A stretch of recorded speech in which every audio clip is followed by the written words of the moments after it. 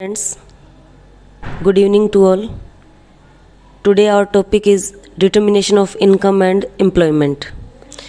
Well, we have so far talked about the national income, price level, rate of interest, etc.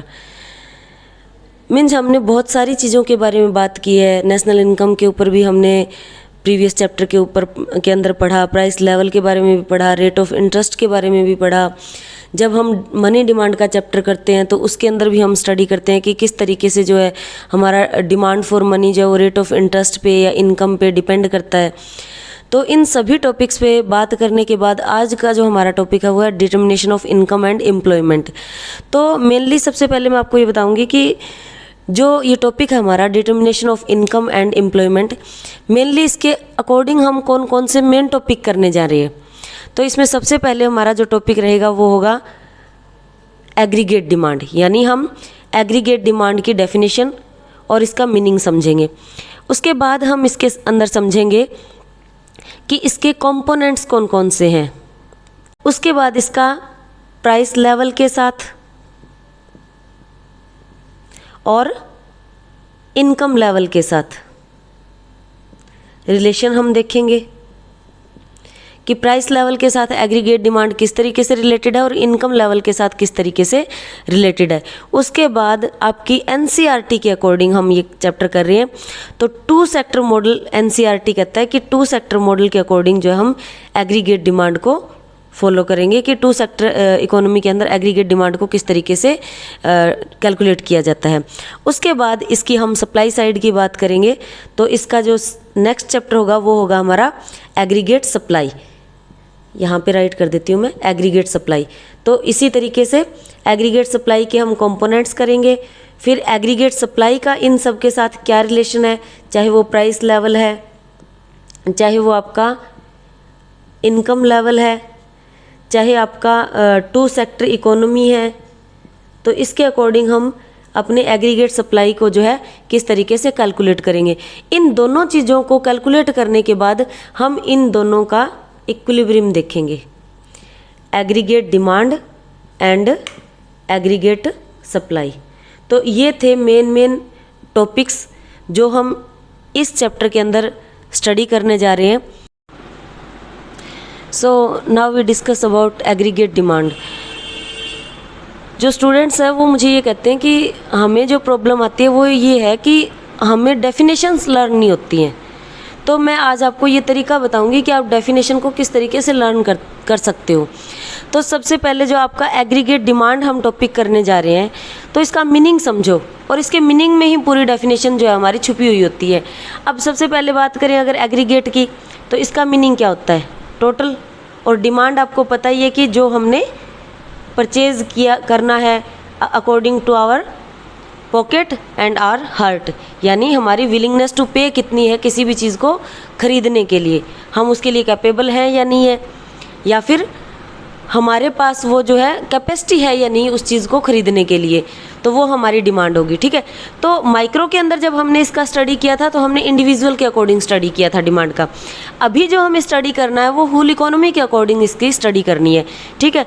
तो अब इसकी definition learn करने में आपको दिक्कत नहीं आएगी, क्योंकि आपको पता है कि एग्रीगेट का मतलब क्या है, टोटल, और डिमांड का मतलब डिमांड जो हमने परचेज़ करना है, जो हमारी एक्चुअल में विलिंग भी है और हमारी कैपेसिटी भी है उसको परचेज़ करने की।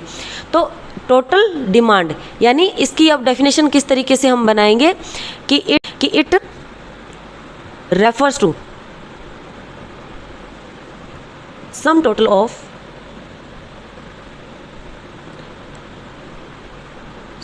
Demand of final goods and services in an economy in an accounting year।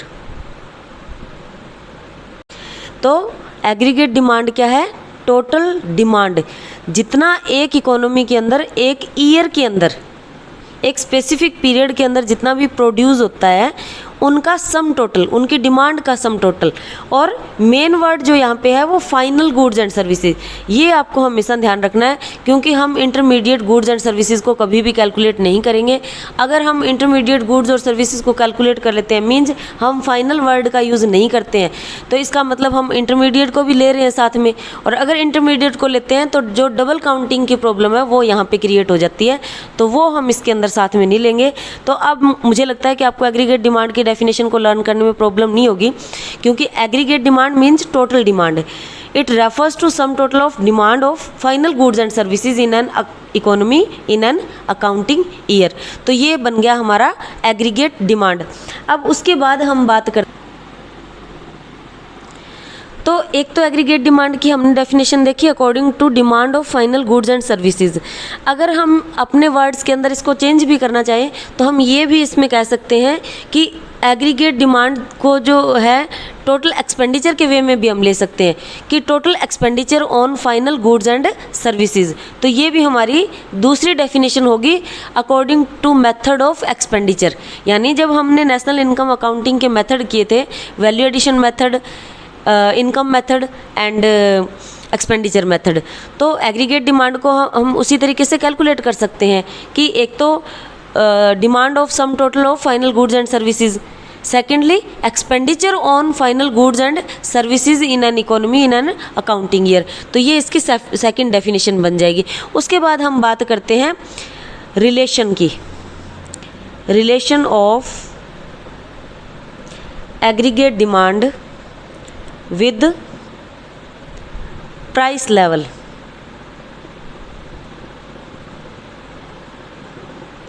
तो ये हम किस तरीके से करेंगे, जैसे एक जनरल सेंस हमारे सभी के पास होती है कि जैसे जैसे इकोनॉमी के अंदर हम देखते हैं कि प्राइस, किसी भी गुड्स और सर्विसेज के प्राइस इंक्रीज़ हो रहे हैं तो हमारी डिमांड क्या होती है, डिक्रीज़ होती चली जाती है।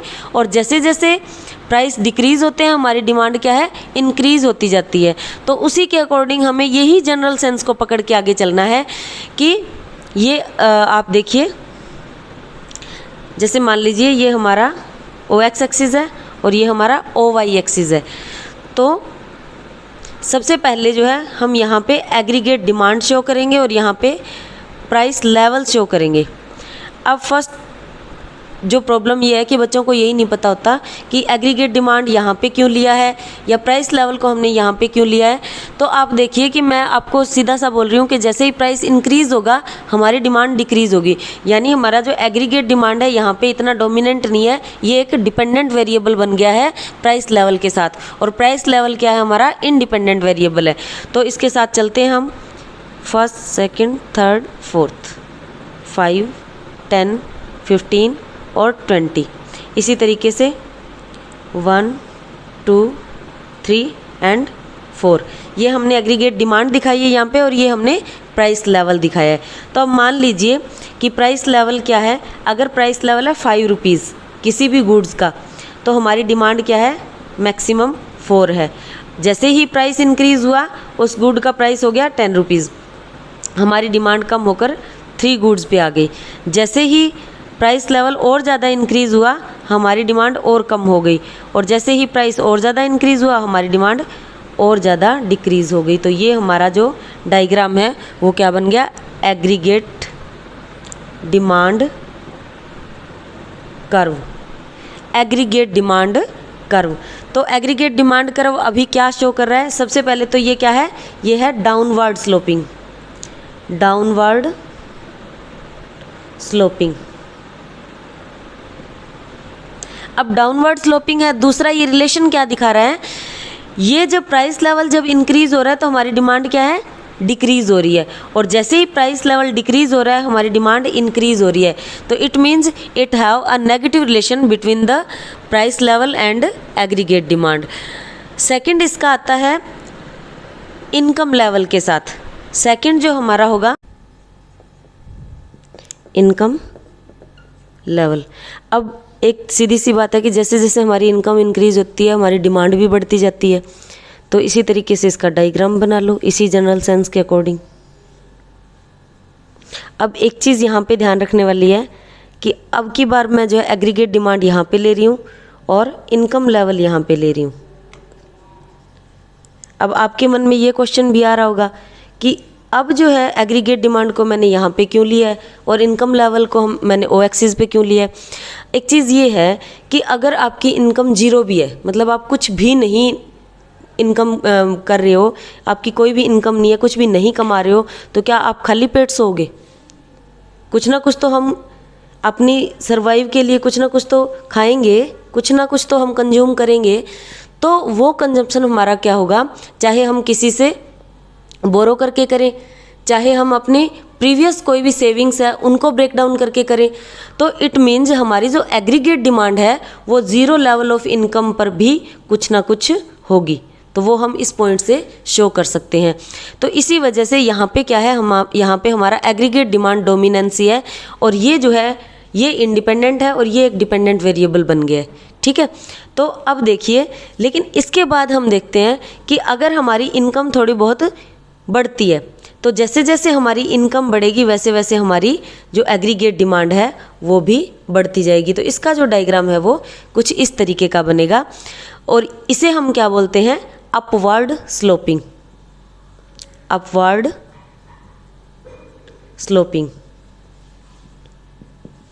यानी कि इसका जो स्लोप है वो अपवर्ड है, ऊपर की ओर उठा हुआ है। तो सीधा सा यहाँ पे हमें दिखाई दे रहा है कि जैसे जैसे हमारी इनकम इंक्रीज हो रही है हमारी एग्रीगेट डिमांड भी इंक्रीज हो रही है। लेकिन इसको हमने जीरो से स्टार्ट नहीं किया है क्योंकि एग्रीगेट डिमांड कभी भी जीरो नहीं होती है। ये किसी की डेथ के ऊपर सिर्फ उसी की एग्रीगेट डिमांड जीरो होगी जिसकी डेथ हो गई है। तो इट मीन्स मेरे कहने का मतलब सिंपल यही है कि aggregate demand zero level of income पे भी कुछ ना कुछ हम कंज्यूम करते हैं, तो वहाँ पे भी हमारी कुछ ना कुछ डिमांड बनी रहती है। तो ये है हमारा एग्रीगेट डिमांड और इनकम लेवल का पॉजिटिव रिलेशन। यानी जैसे प्राइस लेवल के साथ एग्रीगेट डिमांड का नेगेटिव रिलेशन था, लेकिन इनकम लेवल के साथ एग्रीगेट डिमांड का पॉजिटिव रिलेशन है, जो कि इस डायग्राम में अच्छे से क्लियर हो रहा है। इससे पहले कि मैं आपको एग्रीगेट डिमांड के कंपोनेंट्स आगे बताऊं, कुछ एक चीज़ें हैं जो आपको जानना बहुत ज़रूरी है। तो ये सिर्फ आपको एनसीईआरटी के अंदर ही मिलेंगी, बाकी किसी और बुक में नहीं मिलेंगी। इसमें एक है आपका एक्सपोस्ट और एक है आपका एक्स एंट। तो एक्सपोस्ट क्या होता है, एक्स एंट क्या होता है, इसके बारे में थोड़ी सी बात कर लेते हैं। तो एक्सपोस्ट का मीनिंग होता है एक्चुअल। यानी एक एग्जांपल आपको मैं देती हूँ, जैसे मान लो आप कुछ शॉपिंग करने जा रहे हो मार्केट के अंदर और आप ये मान के चल रहे हो कि आपका जो टोटल एक्सपेंडिचर होगा अराउंड 2000 और 3000 के अकॉर्डिंग रहेगा। तो आप मैक्सिमम जो है 3000 का बजट बना के चलते हो कि मेरी शॉपिंग जो है 3000 के अंदर हो जाएगी। लेकिन एक्चुअली जब आप मार्केट के अंदर जाते हो और अपनी शॉपिंग करते हो, जब चीज़ें परचेज करते हो, तो आप एक्चुअल में खर्चा करके आते हो 3500 का, यानी 3500 रुपये आप खर्च करके आते हो। तो आपने प्लान क्या किया था 3000 का, तो वो क्या है आपका एक्स एंट। यानी जो आप प्लान करते हो, जो आपका प्लान्ड है, जो आप प्लान करते हो वो क्या है आपका एक्स एंट। और एक्सपोस्ट क्या है, जो आप एक्चुअल करके आए हो। यानी अब आपका एक्चुअल जो है एक्सपेंडिचर कितना है 3500 और आप मानकर कितना चल रहे थे कि हम 3000 सिर्फ जो है एक्सपेंडिचर करेंगे। तो एक इकोनॉमी के अंदर जब गवर्नमेंट डिसीज़न लेती है कि हमें जो है अपनी इकोनॉमी के अंदर कितना एक्सपेंडिचर करना है, कितना इन्वेस्टमेंट करना है और कितनी हमारी इनकम जो है टैक्सेस वगैरह से आ जाएगी, या जो भी एक्साइज ड्यूटीज़ वगैरह लगती हैं या फ़ी फाइन्स जो भी होते हैं उनसे हमारा कितना रिवेन्यू जनरेट होगा, तो उसका एक प्लान फॉर्म बनाती है और फिर उसके अकॉर्डिंग वो एग्जीक्यूट करती है अपने कामों को। और फिर जो है एक्चुअल में जो उसकी अर्निंग होती है और एक्सपेंडिचर होते हैं उसको एक्सपोस्ट बोला जाता है। तो ये दो मेन टॉपिक्स हैं जो जिनकी आपको नॉलेज होना बहुत ज़रूरी है, क्योंकि ये वर्ड्स जो है काफ़ी आगे जो है यूज़ होने वाले हैं आपकी नेक्स्ट क्लासेस के अंदर। तो ये मुझे लगा कि आपको बताना सही रहेगा। उसके बाद हम बात करते हैं एग्रीगेट डिमांड के कंपोनेंट्स, कंपोनेंट्स। तो सबसे पहले तो इसके कंपोनेंट्स जैसे हमने किया था gross domestic product at market price, तब मैंने आपको बताया था कि ग्रॉस डोमेस्टिक प्रोडक्ट के अंदर क्या क्या चीज़ें आती हैं। सबसे पहले आता है सी, इट मीन्स कंजप्शन। फिर उसके बाद आता है आई, इट मीन्स इन्वेस्टमेंट। उसके बाद आता है जी यानी गवर्नमेंट एक्सपेंडिचर। उसके बाद आता है एक्स यानी एक्सपोर्ट। और उसके बाद आता है माइनस एम यानी इंपोर्ट। माइनस क्यों करते हैं? क्योंकि ये हमने बाहर की किसी कंट्री से जो गुड्स एंड सर्विसेज परचेज़ किए हैं उसके लिए हमें जो पे करना पड़ता है, तो वो हम हमारी इनकम में से माइनस कर देते हैं। तो अब आज जब मैं बच्चों से बात कर रही थी तो मैंने उनसे कहा कि ये हमारी हो गई 4 सेक्टर इकोनॉमी। तो बच्चे कहते हैं कि हमें तो इसमें 4 सेक्टर कहीं दिखाई नहीं दे रहा। तो अब हम बात करते हैं कि इसमें 4 सेक्टर कौन कौन से हैं। देखिए, कंजप्शन कौन करता है? House hold sector, house hold sector. दूसरा इन्वेस्टमेंट, इन्वेस्टमेंट कौन करता है? प्रोड्यूसर या प्रोडक्शन सेक्टर। अब गवर्नमेंट एक्सपेंडिचर, गवर्नमेंट क्या करती है? एक्सपेंडिचर करती है, चाहे वो इकोनॉमी के ऊपर कुछ भी उसे बनाना हो, रोड बनाने हो, हमें जो है बेसिक इंफ्रास्ट्रक्चर देना हो, चाहे हॉस्पिटल जनरेट करने हो, किसी भी तरीके का एक्सपेंडिचर जो है गवर्नमेंट हमारे लिए करती है, हमारी इकोनॉमी के लिए करती है। इन्वेस्टमेंट भी करती है, उसकी भी फैक्ट्रीज चलती हैं। तो ये हो गया गवर्नमेंट एक्सपेंडिचर। तो ये क्या है? हमारा गवर्नमेंट सेक्टर। और उसके बाद जब इन दोनों का हम सम टोटल करके वैल्यू कैलकुलेट करते हैं तो इसको बोलते हैं हम नेट एक्सपोर्ट। ये हमारा चौथा सेक्टर हो गया, जो कि हम अपनी कंट्री के अलावा बाहर की कंट्री के साथ जो भी सेल परचेज करते हैं, तो ये हमारा कौन सा हो गया? नेट। यहाँ पे राइट कर देती हूँ मैं, नेट एक्सपोर्ट।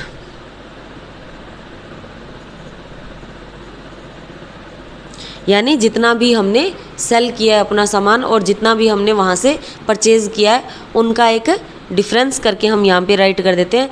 तो अब बच्चों, मुझे लगता है कि आपको समझ जाना चाहिए कि ये हमारे क्या है? 4 सेक्टर हैं इकोनॉमी के अंदर: consumption sector, investment sector, government expenditure sector और नेट एक्सपोर्ट सेक्टर। यानी आउटर इकोनॉमी, यानी हमारे देश के अलावा जो वर्ल्ड की अदर इकोनॉमीज़ है उनके साथ हमारे जो भी सेल परचेज से रिलेटेड या ट्रेड से रिलेटेड जो भी रिलेशन है वो। तो ये हमारी टोटल जो है 4 सेक्टर इकोनॉमी होती है। अब एनसीईआरटी के अकॉर्डिंग हम सिर्फ इन 2 सेक्टर को लेके चलेंगे, कंजप्शन सेक्टर और इन्वेस्टमेंट सेक्टर। इसके ऊपर अब हम आगे बात करेंगे।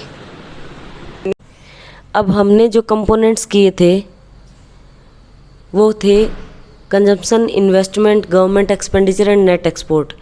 तो उसी के अकॉर्डिंग अब एनसीईआरटी की जो +2 की बुक है उसके अकॉर्डिंग अगर हम आपके सिलेबस में देखें तो आपके जो डायग्राम एग्रीगेट डिमांड कैलकुलेट है वो 2 सेक्टर इकोनॉमी के अकॉर्डिंग है, और वो है हमारे कंजप्शन सेक्टर और प्रोड्यूसर सेक्टर। यानी हाउस होल्ड सेक्टर कंजम्पशन करता है और प्रोड्यूसर सेक्टर इन्वेस्टमेंट करता है। तो ये 2 जो कंपोनेंट्स हैं, ये 2 एक आपकी जो है 2 सेक्टर इकोनॉमी को क्रिएट करते हैं, और इन्हीं के अकॉर्डिंग जो है हम एग्रीगेट डिमांड को कैलकुलेट करेंगे। तो जो मोस्ट इम्पॉर्टेंट जो डिटर्मिनेंट है कंजम्पशन का वो है demand is house hold income. यानी कि जो हाउस होल्ड की जो इनकम है उसके अकॉर्डिंग जो है डिमांड होती है। A consumption function describes the relation between consumption and income. यानी हमारा जो कंजप्शन है ये किसके बीच में रिलेशन बताएगा आपको? कंजप्शन के और इनकम के। The simplest consumption function assume that consumption change at a constant rate as income changes. यानी जैसे कि हमने देखा कि हमारा कंजप्शन कैसे चेंज होता है, इनकम के साथ साथ चेंज होता है। जैसे जैसे हमारी इनकम इंक्रीज़ होगी वैसे वैसे हमारा कंजप्शन भी इंक्रीज़ होगा। और प्राइस लेवल के साथ इसका अगर हम देखें तो हमने देखा था नेगेटिव रिलेशन की। जैसे जैसे प्राइस लेवल इंक्रीज़ होता है हमारी एग्रीगेट डिमांड या हमारा जो कंजप्शन है वो डिक्रीज़ होता जाता है। तो अब अगर हम कंजप्शन की बात करें तो कंजप्शन 2 टाइप्स का होता है। वो किस तरीके से? एक को हम राइट करते हैं सी बार, इसको हम बोलेंगे बार, प्लस स्मॉल सी वाई। अब ये जो कंजम्पशन है ये वो एग्रीगेट डिमांड है हमारी, उन गुड्स एंड सर्विसेज का कंजम्पशन है जो हम विदाउट इनकम भी कुछ ना कुछ सर्वाइव करने के लिए करते हैं। यानी ऑटोनोमस कंजम्पशन जो कि इनकम से फ्री है। अगर हमारी इनकम 0 भी है तो भी हम कुछ ना कुछ कंजप्शन जरूर करेंगे। और सेकंड जो है वो है हमारा इनकम पे डिपेंड। यानी जैसे जैसे इनकम इंक्रीज होगी वैसे वैसे हमारा कंजम्पशन भी इंक्रीज होगा, जैसे जैसे इनकम डिक्रीज होगी हमारा कंजम्पशन भी डिक्रीज होगा। तो जो आपका कंजम्पशन है वो टू टाइप से होता है, एक होता है आपका ऑटोनोमस कंजम्पशन और एक होता है आपका डिपेंड ऑन इनकम। तो इनको थोड़ा सा हम एक्सप्लेन कर लेते हैं, कैलकुलेट करेंगे। ये जो हमारा कंजम्पशन फंक्शन है और जो इन्वेस्टमेंट फंक्शन है ये एग्रीगेट डिमांड को शो करता है। किस तरीके से? Aggregate demand in two sector economy, consumption plus investment. तो अब इसका हम डायग्राम जो है वो देख लेते हैं एक बार कि किस तरीके से हम इसका डायग्राम बनाएंगे। This is our O X axis and this is O Y axis. This is aggregate demand, sum total of C plus I, and this is income. अब जब हमने बात की थी इन्वेस्टमेंट की तो हम कह रहे हैं कि इन्वेस्टमेंट हम ऑटोनोमस लेकर चल रहे हैं। तो ऑटोनोमस इन्वेस्टमेंट वो इन्वेस्टमेंट जो कि किसी भी इनकम पे डिपेंड नहीं करता है, क्योंकि ये जो इन्वेस्टमेंट है ये गवर्नमेंट सेक्टर करती है। प्राइवेट सेक्टर का इन्वेस्टमेंट जो होता है वो रेट ऑफ इंटरेस्ट, इनकम या जो है मार्जिनल एफिशिएंसी ऑफ कैपिटल, इन काफ़ी सारी चीज़ों पे डिपेंड करता है। तो ऑटोनोमस इन्वेस्टमेंट जो है आपका इस तरीके से बनेगा कि 100, 200, 300, 400 हम लेके चल रहे हैं यहाँ पे, और इसी तरीके से इनकम ले लेते हैं 50, 100, 150, 200। अब जैसे ऑटोनोमस इन्वेस्टमेंट हमने बात की कि इनकम पे डिपेंड नहीं करता, तो ये एक हॉरिजॉन्टल लाइन होगी जो कि शो कर रही है कि जो हमारा इन्वेस्टमेंट है वो क्या है? ऑटोनोमस है। दूसरा हम बात कर रहे हैं कंजप्शन की। तो कंजप्शन हमारा किस तरीके से होगा?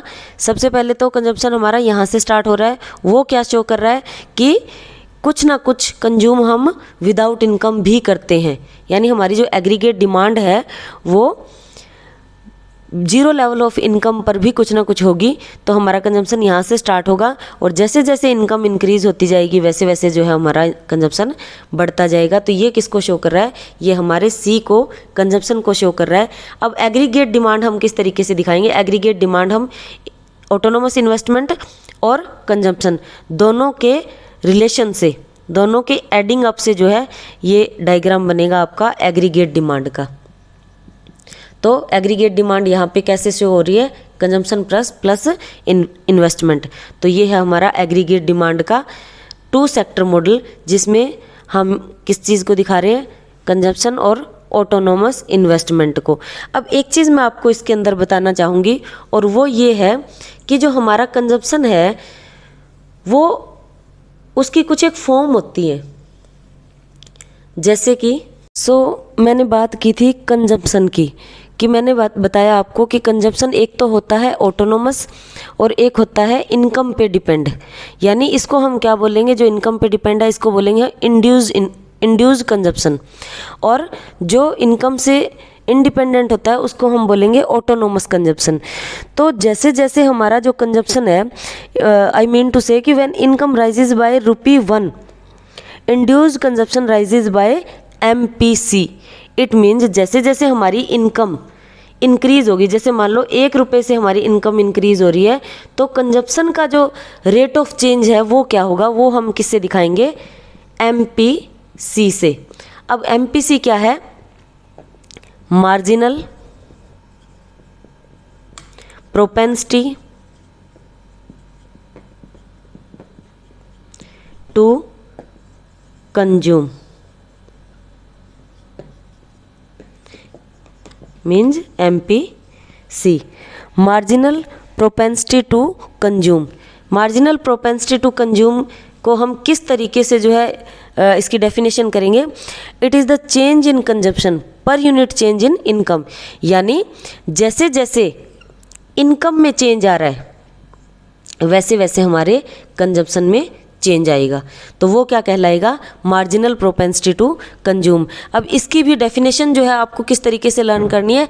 आपने ये फॉर्मूला देखा, इसमें मैंने क्या राइट किया है? Change in income and change in consumption. तो कंजप्शन में कैसे चेंज आ रहा है? Due to change in income.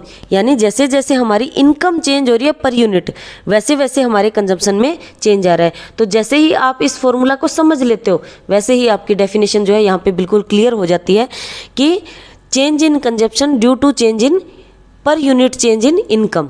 तो ये हमारा क्या बन गया, MPC। और इसी तरीके से एक होता है आपका एवरेज प्रोपेंसिटी टू कंज्यूम, इसे क्या बोलेंगे, C, यानी average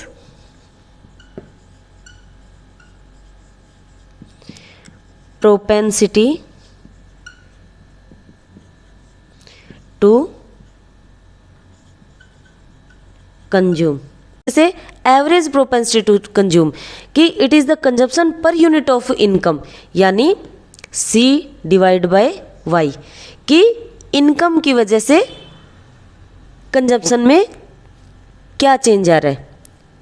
it means it is the consumption per unit of income, यानी हमारी इनकम के अकॉर्डिंग हम कंजप्शन कितना कर रहे हैं। अब इसको हम किस तरीके से कैलकुलेट करेंगे MPC को, और APC को किस तरीके से कैलकुलेट करेंगे, वो मैं आपको नेक्स्ट वीडियो में बताऊंगी।